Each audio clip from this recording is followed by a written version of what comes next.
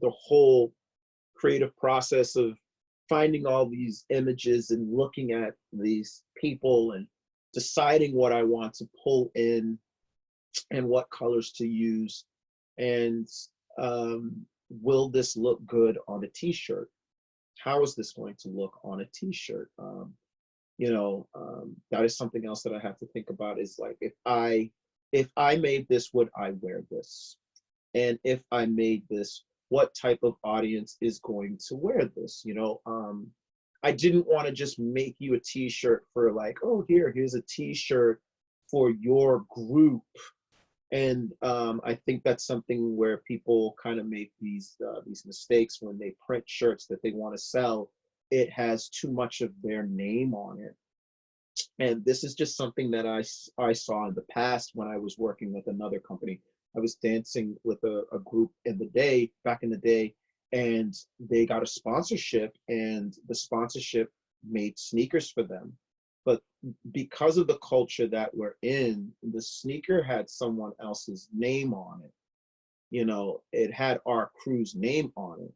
And if you're a rival crew, you're not going to want to wear that because you've got someone else's name on it. I want to be able to make this, and even a rival crew would have to say, oh, that's a nice shirt. Definitely I'm going to wear that too, regardless of, because I don't have to, nobody's going to know that it's this person made it. I can wear this, so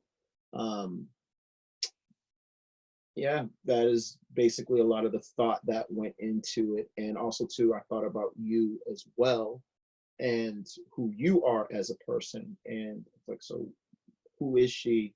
I was asking some people about your background, where you come from, what's your bloodline? And I was like, okay, so let me try to put a little bit of her in here as well too, because this is her company. So it's not just a shirt for everybody, it's a little bit of everybody that's in there, so yeah, I tried to think about indigenous culture mostly. What, like you were saying, there was a girl that I met. She's actually blown up right now. What's her freaking name? I forget it, but she goes by like Jackie Giaconi or something like that.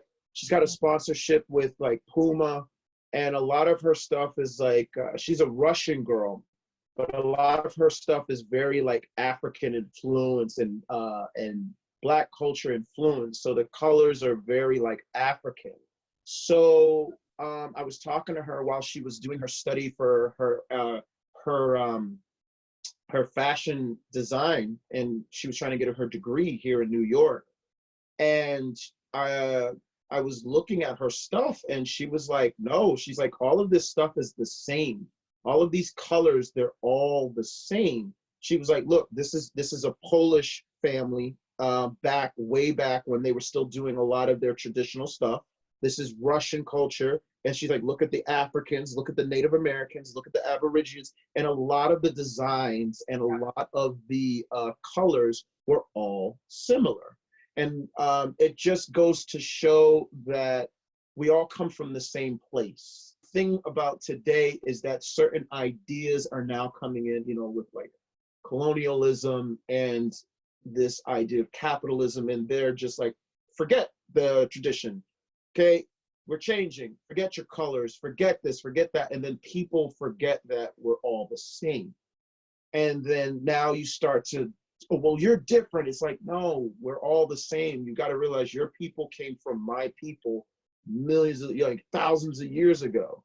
And this culture wouldn't be here had this culture not migrated through here and got conquered by these people. And then these people went and did this. So yeah, that was one thing. And also too, I almost forgot, a friend of mine hit me up the other day, and she did a contest. She lives in, where's she at? I think she's in Ukraine.